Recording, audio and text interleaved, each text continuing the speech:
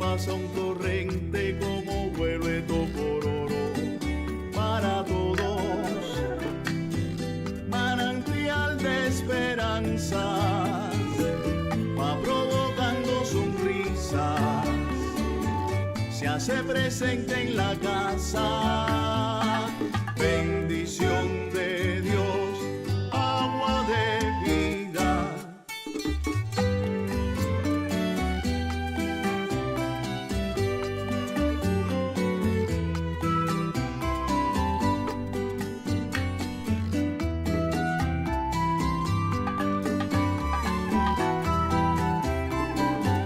Un tesoro en la cocina, un tesoro que cuidar, surtidor y manantial refresca y sacia la sed. Para la familia es rostro de amor y sanidad, va regalando alegrías como expresión de unidad, bendición de Dios, agua de vida, gota a gota nace el riachuelo, a vivir juntos debemos aprender y que no sea de unos pocos privilegios lo que en comunidad hay que tener para toda Cuba. Agua de vida que sacia la sed. Un tesoro en la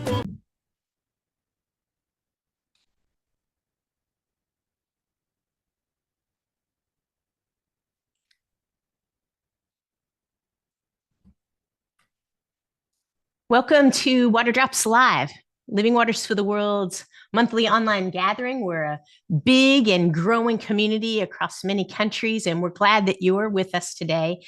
If this is your first time with Living Waters for the World, we're a nonprofit that believes everyone should have access to safe drinking water. What makes Living Waters for the World a bit more unique is that we use volunteers, regular folks like you and me, and we train them to partner with communities that have water that's contaminated. And in this way, we have 1,100 water partnerships in 28 countries around the world. I'm here today with Doug Deppes, our co-host for Water Drops Live. Good morning, Doug. Always great to be with you. Good morning. So tell us a little bit about our day today.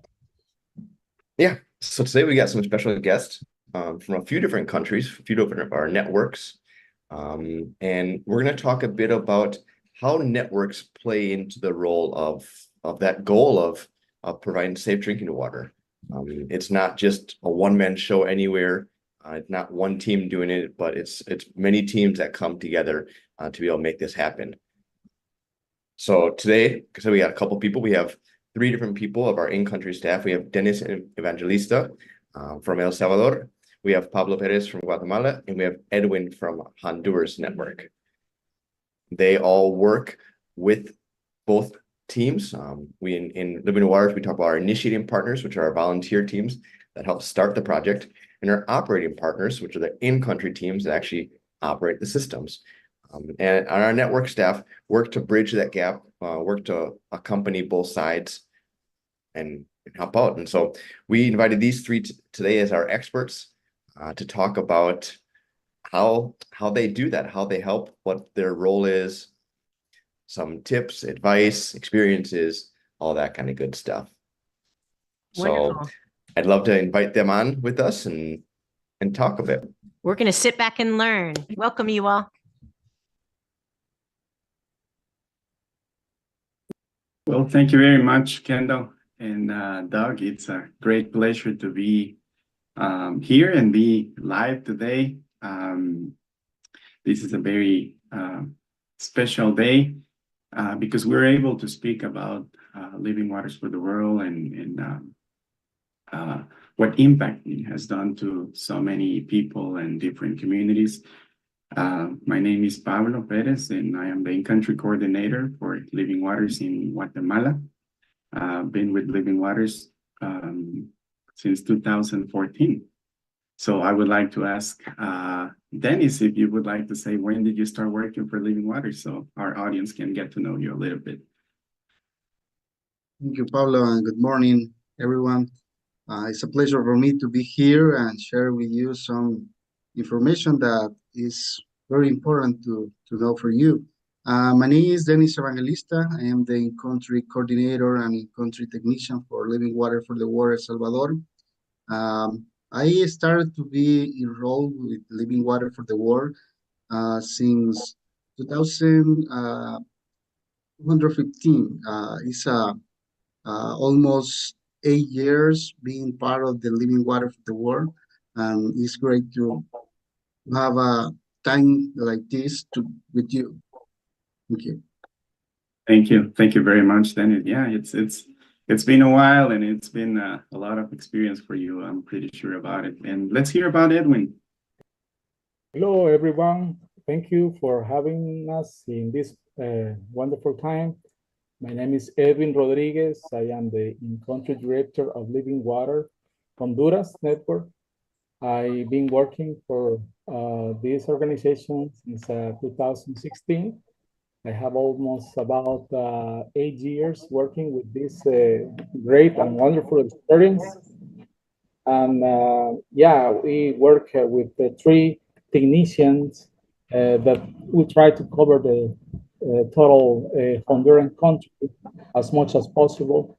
And we are glad that we are working in improving the health of the communities in our rural areas.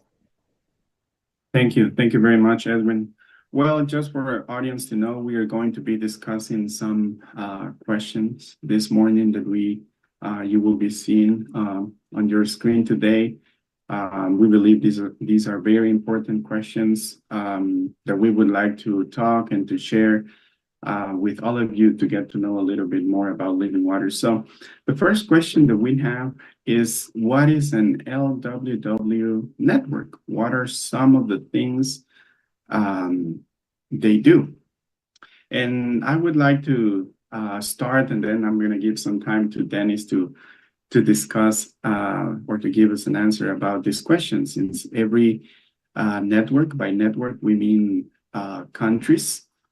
In my case, I work for the Guatemala Network, which means I'm part of Guatemala. And for us in Guatemala, a network does very different things for initiating partners. For us in Guatemala, after an initiating partner has gone and attended Clean Water U, and they know they want to work in Guatemala, we ask them what type of site they are looking for. Meaning some initiating partners would like to work with school. Some of them would like to partner with the church, and some others would like to partner with fire departments. So every initiating partner is different, and we try to ask them where they feel called to do a water project. And once we know and we have heard from the IP, from the initiating partner, we share different reports that we have from previous sites that we have visit as in-country staff. And we share with the initiating partners, and they are ultimately the ones that make the final decision where they are called, they like to be partnering with. And then we just try to help with that. For example, you in El Salvador may be doing some other things that we probably do here in Guatemala as well, but I would like to hear from you, Denis. Where does a team begin to plug into the network in El Salvador? Can you tell us more about it? Of course. So one of the first steps that the water teams does to connect with the network, El Salvador Network, is traveling here, sometimes with another team with more experience, with more installations, So they think that is a good idea because they can learn in the field how works the implementation of the water project in that case, or how should be one development visit. So is one of the things that some groups are doing here in El Salvador Network, coming with another teams to learn more about that. After that, obviously, they can discuss all the things that they have learned here in country, and after that, they can start to come here for exploring exploratory visit. In some cases, they visit some potential partners, and after that, they decide start one relation with one of these potential partners. So it's one of the ways that the teams are connecting with our network here in country. Okay, thank you very much. And let's hear about Honduras. Edwin, how does a water team get started working with an LWW network, in this case in Honduras?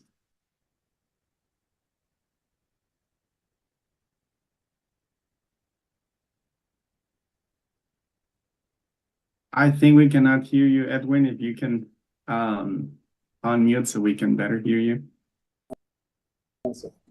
Sorry about that. Yes, I would like to add that the in-country staff have a list of potential sites that we suggest to the IP once we have considered as appropriate for the IP. We, as an in-country staff, we know very well, the situation in different perspectives. So we suggest our IPs might be interested in choose a site potential. Every country have a moderator. We have a moderator, so we send that information to, in my case, to Casey Potter, and this person received information regarding site assessment we have done as a country staff. We are looking for possibility of in community needs. We are digging, exploring what site will be a possibility, depending in their capacity. We can see that. We can see the enthusiasm. If they are people that are that have a community sense, that is a good potential site for the IP. And we have seen that in the past. And we study their commitment to work for the community. We also study if the water they have is enough, if the water they have is treatable, as well as our standard system have the capacity to purify that water. There are some exceptions, however, there are some exceptions that some community, our standard cannot work to remove, to purify that system, that water. So we need to go for our own systems. In our country, we only have 3 RO systems so far, but the rest, the 99% of our systems are standard systems based on filtration, microfiltration, and ozonator. So that's what we are doing. We try to give as much information as possible to our partners, initiating partners. Thank you, Edwin. Yeah, so we share a lot of similarities, even though we're 3 different countries, but what I'm hearing is that we assist IPs, as much as we can. We are kind of like a link between initiating partners and operating partners. We look for potential sites for them. So it's really good that Living Waters has, networks in different countries, since we are here to serve both partners. So let's change to another question, and let's talk a little bit more about what are some of the green, yellow, or red flags that you have seen throughout a partnership process. And I would like to start hearing from Edwin. You can please share with us what are some of the green flags you have seen throughout a partnership process. Edwin. Thank you. Talking about the green flags is sometimes is very easy because are positive things. Communication is essential in this relationship between IP, OP is super essential. And in order to get the clear information regarding updating what's going on in the community. When we are talking about green flags, we are talking about successful, we are talking about everything is going well. The 3 areas we've been training are doing well. The educators are doing their work, educating the community. They have a regular and consistently training at the school, at the church, at the community centers, and everybody knows about a living water program is doing in terms of education. When we are talking about green flags, the operators are doing a good work, operating the system, very productive. It's very important for us to ensure the quality of the water. If the operators knows about education, for example, that operators have a better picture of is careful about running the system with the perspective of education. And we ensure and we improve the quality of the water, and people are very confident consuming the clean water because they know that the water is clear, it's 100% pure. And I would like to add that visiting the sites frequently is something that improves the confidence to the OP. The OP feel confident by knowing that somebody else is doing the same goal. Both partners are going to achieve the same goal, which is improve the health of the community. So that will be some green flags that I can share with you. Thank you. Yeah, so I'm hearing that you're saying that a green flag could also be that they're both committed. Both partners are committed, and that is, going to take the project to be a successful project. I would like to speak, about some yellow flags that I, see when we are in a partnership process. And, one of them, and it's happening here in Guatemala a lot, there is a lot of competition now, especially after the pandemic. There were some entrepreneurships, people that wanted to start a business, and they decided to go into the water business. I'm talking about outside living waters for the world, just regular people here in Guatemala that wanted to start a water business. I think competition for me is now creating kind of like a yellow flag, because it's a good thing, it's a positive thing for the community that they have access to clean water. But for a new project, it can be a yellow flag, knowing that there's already maybe 5 or 6 different water businesses, already in a community where we are planning to install a water system. It makes me wonder how the potential operating partner will deal with that competition.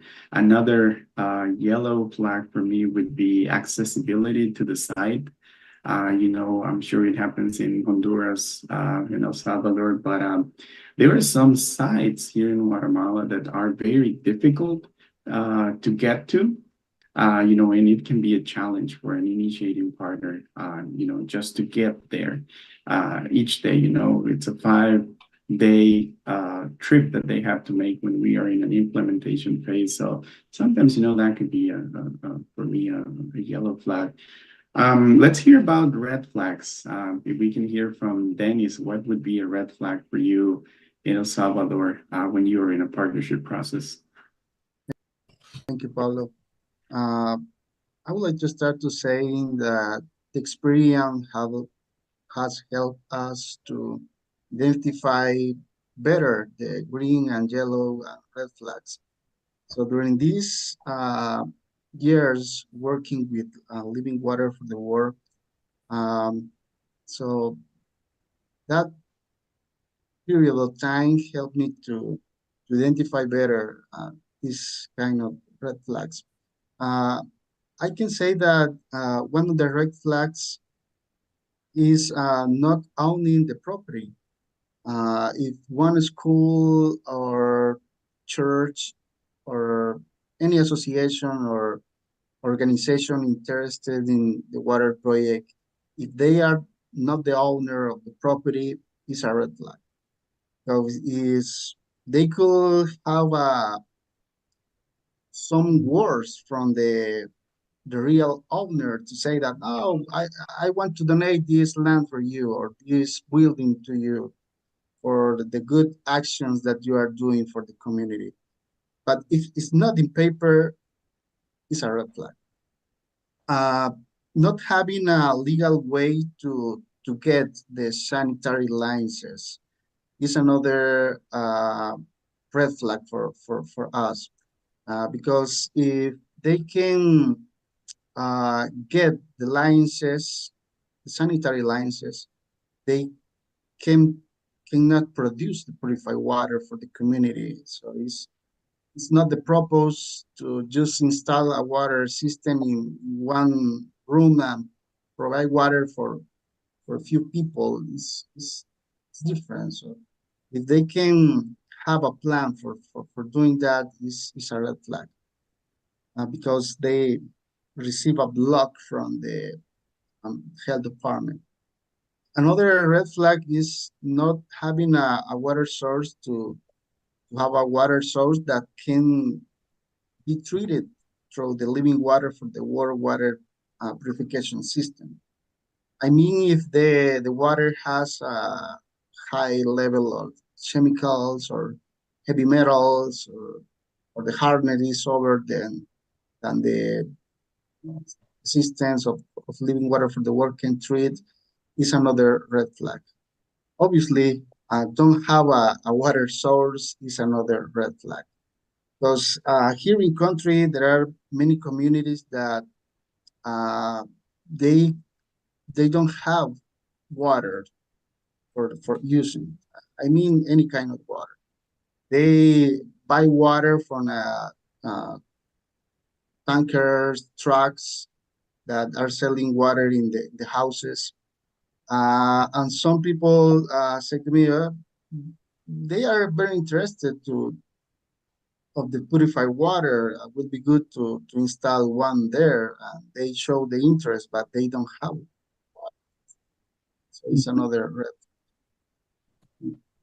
Yes, I agree with you, Denis, and I think that's me as an in-country coordinator, that's the hardest part to do sometimes, to say, I'm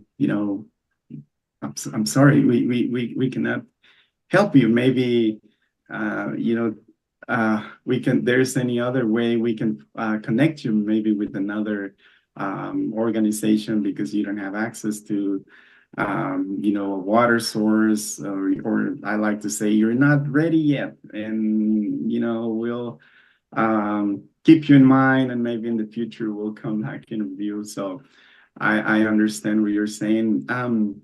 And I have a question for you, Dennis, if you can let us know. That takes me to the next question. What is your main focus when partners are visiting together? What are some of the things that you really pay attention to when, both partners are, getting together and visiting and getting to know each other? Yeah, establish goals, propose a visit.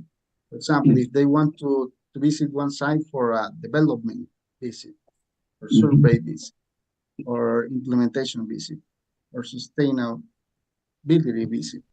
So in each way, we establish goals, propose. But one of the main propose I can say is always strain the friendship and the relationship each other. So it's very important to come here, and the team are doing that for checking the core documents, for example, coming here to follow up visits for the partners, check the numbers, check the records, and everything. But always it's very important the relation each other. So they spend time just for talking. How are you? How is the ministry? How is your family? So it's one of the focus of the teams here in country. So they are always willing to show to the people here in country that they are for them also. They can count them because they are partners. So it's one of the focus that we have here when the partners are visiting.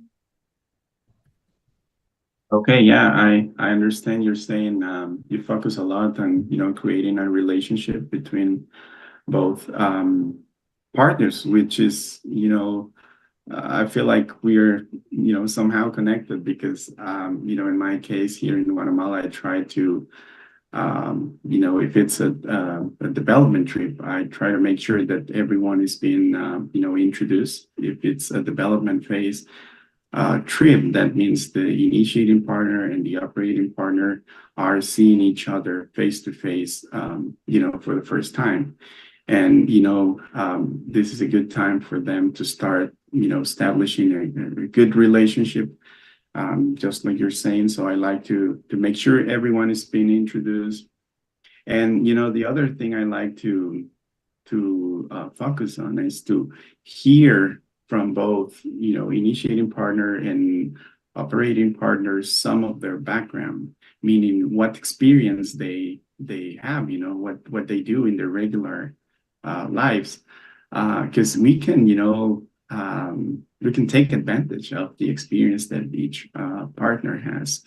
And, from experience that they have, we can take that experience and we can take advantage, of that to the water project, because we ultimately need a very strong leadership. So the other thing I like to focus on is to make sure that both partners understand what the plan is for the project. I like for the initiating partner to understand what the OPs or the operating partner's plan is for the project, what their expectations are, and in both ways. I like to that the operating partner hear from the initiating partner why they are doing this, why they are donating a water project. So both parts understand the reasons why we are there together to work with our community.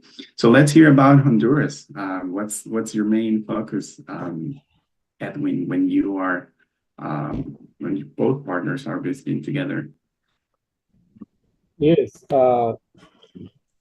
I think about the when we are talking about efforts, this is an effort that is joined for both sides, the initiating partner and operating partners.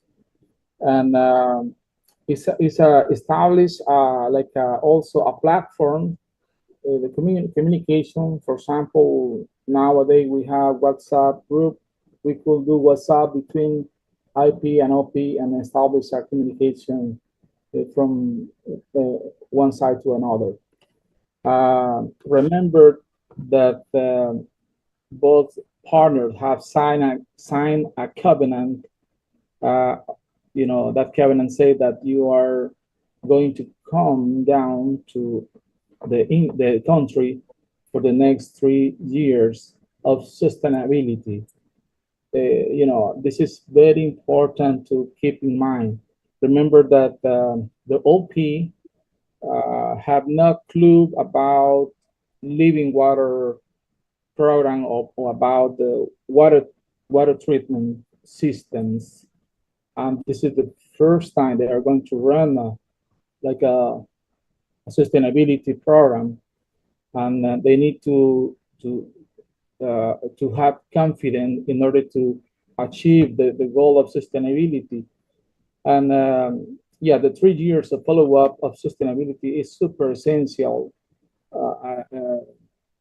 We talk in living water, the relationship is very important, is because of that. When you come to Honduras, for example, or to Guatemala, to El Salvador, you give enthusiasm, give confidence to the people to keep working with this project.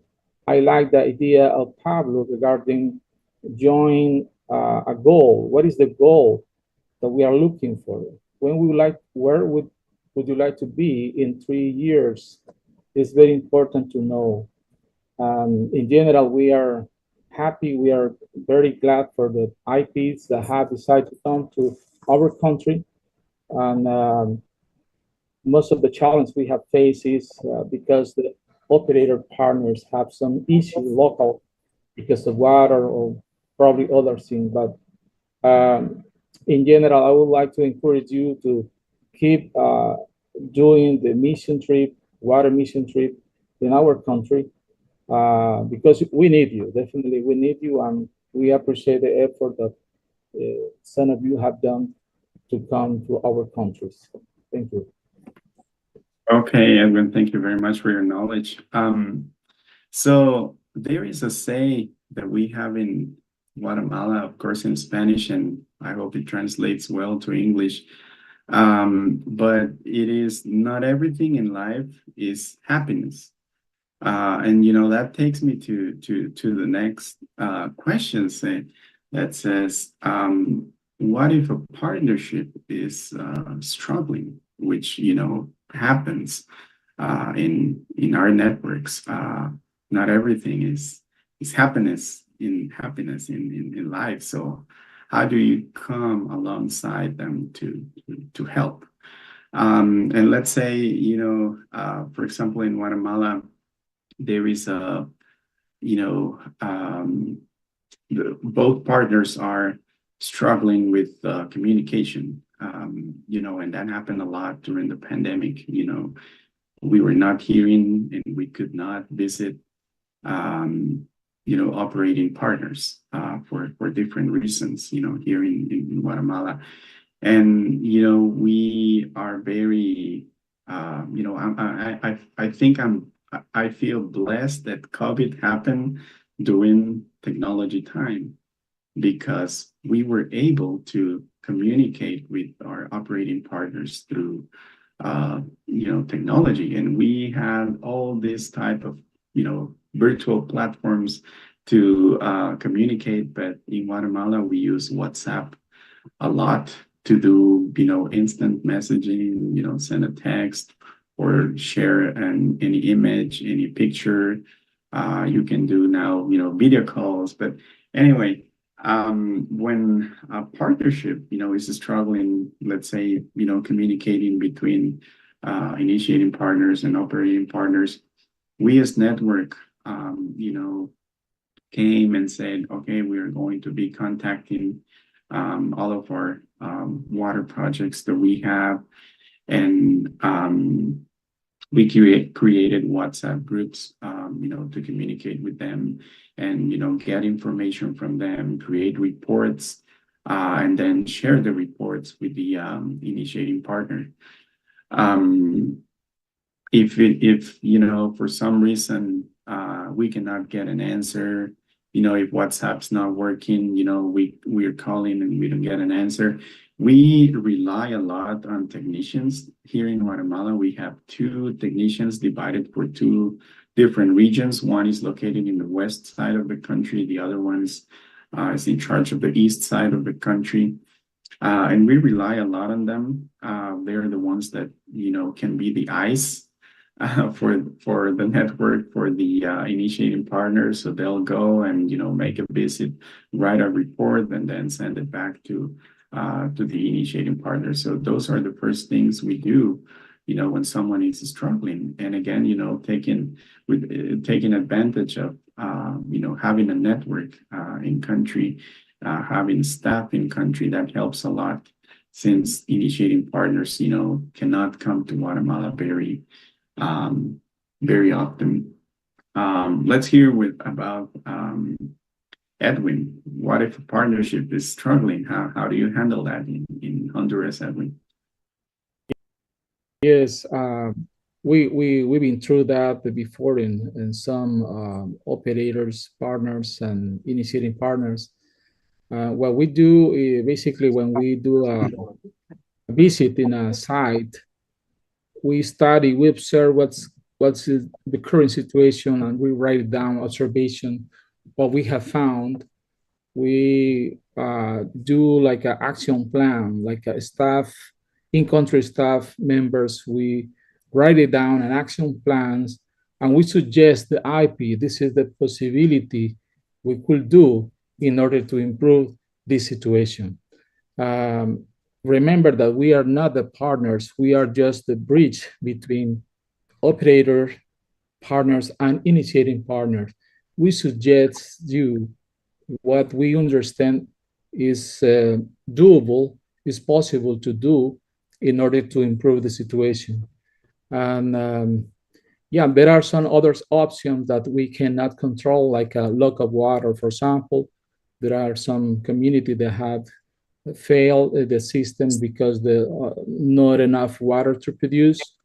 Other situation, social problems like immigration situation is something real that is happening in Honduras, and probably in every single country, that have affected us a lot. However, we keep, working with that, inviting new people to get involved to this program. And but like I say, every time we go to a site, we observe what is the situation and what will be the possible avenue to take in order to improve the situation. And on the other hand, for example, we have seen some initiating partners that, for a reason, probably they came to installation, but they didn't come for the follow-up trip for the rest of the time. So what we do is send like a friendly remember that we miss you. We would like to having you again to Honduras. And this is very important because the operator partners, they have a tendency to think that the staff are the partners. We are not the partners. We are the bridge. We are in contact with them, and it's normal. They can think in that way. But we let them know that they have a partner somewhere in the United States, that please don't feel alone. They will come soon, this year, next year. So in that way, we try to, give them confidence. But let me tell you that just the fact of visit a site, that make a change, a huge change. I have seen the most successful sites in Honduras are the ones that the teams have decided to come frequently. to Honduras. They make one trip, follow-up trip to visit all the sites. Some of them, they had 10 operator partners, 12 operator partners. They decide to make another trip just to do that. And we have seen the operators are very happy, enthusiastic, and they ask for the IP.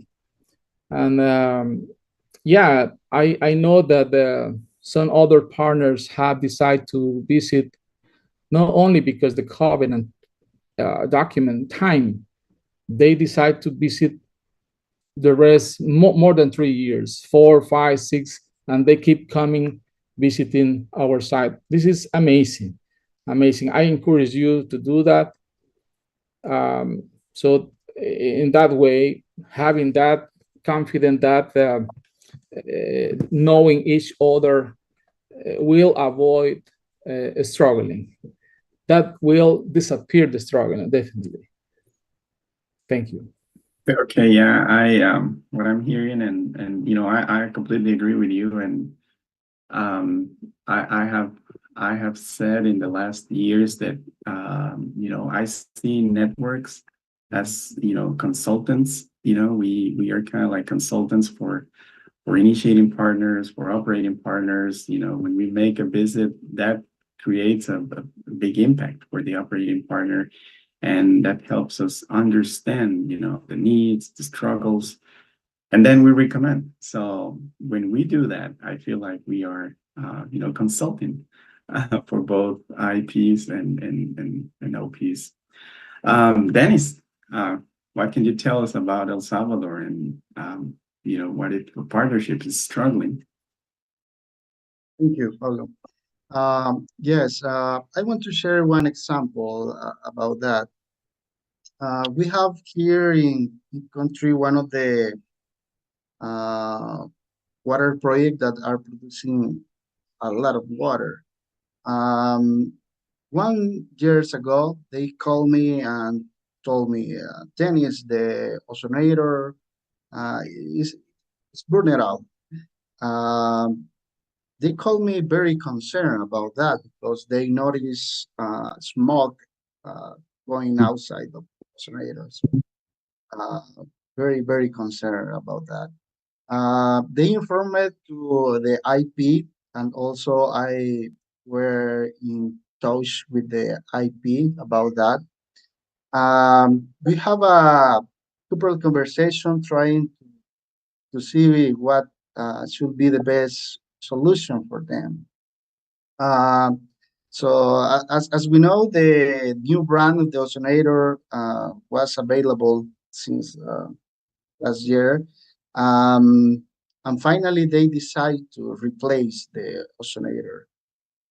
So I were with them checking the ozonator, and we say that no, it's not possible to solve this. It's better to replace for the new brand of the ozonator. But this process was around 2 or 3 days for making decision. But during this time, they went to another water project nearby, processing the purified water and providing water to the people in the community. So they never stopped the production or the providing the purified water. It's one of the benefits to have a network, and they can count with another water projects, another OPs. So my role in that case was supporting the IP and OP and being a link of communication each other, and together work as a troubleshooting team. So it's one of the things that happens here. Also, I agree with you. Your comments about that is sometimes happens here. So the communication is sometimes that sometimes is very important to keep between both IPs, OPs, IP. So we are like a link in between them, and it's one of the things that I can say. as you were, telling the story, I was, a word came to my mind, and that was commitment. And it seems to me like, this water project is really committed, to their community, to God's work. And even though they were struggling with the ozonator, I mean, they were committed, and they would look for ways, to keep, supporting their community with water, which is really good. The next question that we have, and I would like to start with you, Dennis, it's kind of a difficult one. I believe, it takes some time. I mean, it takes some time for me to really, think about it, and get a definition. And Dennis, how do you define success? I agree with you. It's one of the hardest questions.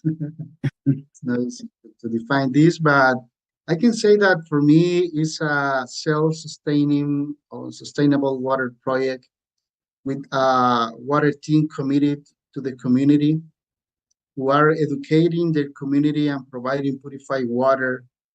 And as a result of this, healthy and happy families in the community. So I can give this summary of the success for me is this. I think that the result of the work of the people, I mean, administration team, operators team, and educators team, the result always will be the health and the happy for the families in the community. That is a success.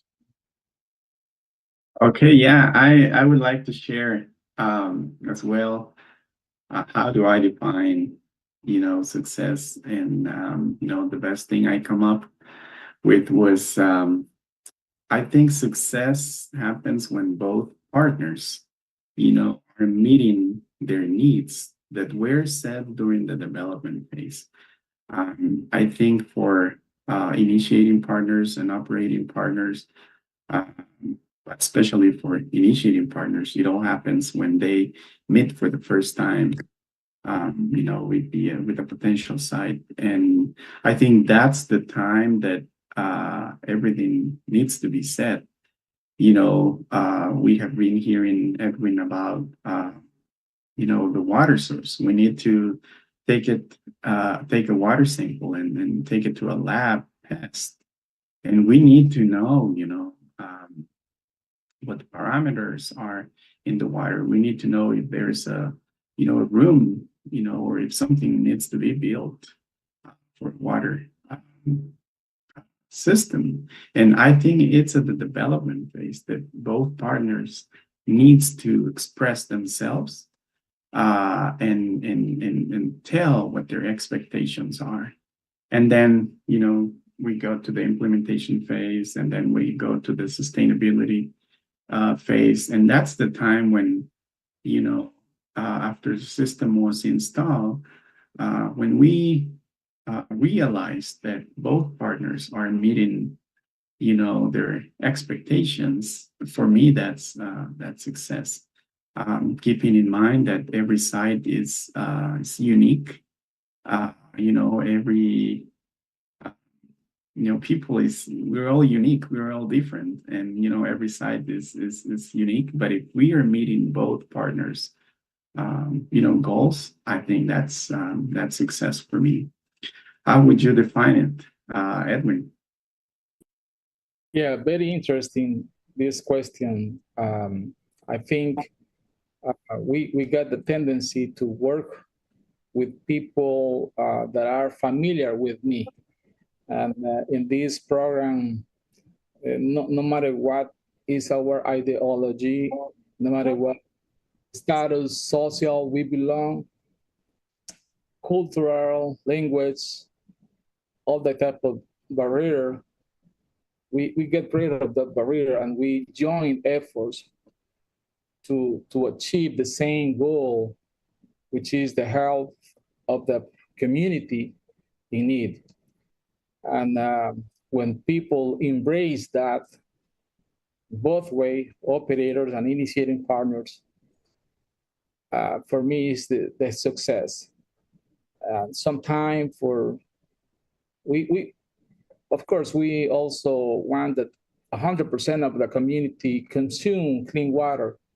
That's one of the goals. Other communities have different goals, like we are not satisfied just for our community. We want to sell more. And there are others like that perspective. But it doesn't mean that all the OP need to go to the same idea. As long as we got the system sustainable and there is a good transition or leadership, as long as we got the IP coming down to Honduras in the follow-up trip, we are set. And we got the successful side. And we become a family. I will say, as long as we become a family, that's the define of success. Thank you. Okay, thank you, Edwin. And while I have you, I would like to start with you, Edwin, asking you, what advice do you have for teams? What advice do you have maybe, for both partners or for Living Waters for the World? What's the best advice you can come up with that you can share with us? I know that language is difficult to learn. Spanish, is one of the worst languages. Do your best, learn some words, do your best. Okay. And we appreciate the efforts of our IPs. When they say buenos dias with a strong accent, it's okay. With the accent, it's okay. But we appreciate your efforts. Other thing is, if you try to remember our names, that's even better. When we connect with our names, is even better. I struggle with that. I try to remember the names of the people. I have to write it down sometime because I forgot. But that connection is very strong. And if you, by the time you come to the country for an implementation trip or for follow-up trip, spending time with people is amazing. When try to ask the people, hey, how many children do you have? You could do a translator. But this is a connection. This is partnership. This is very important to keep in mind. We appreciate that.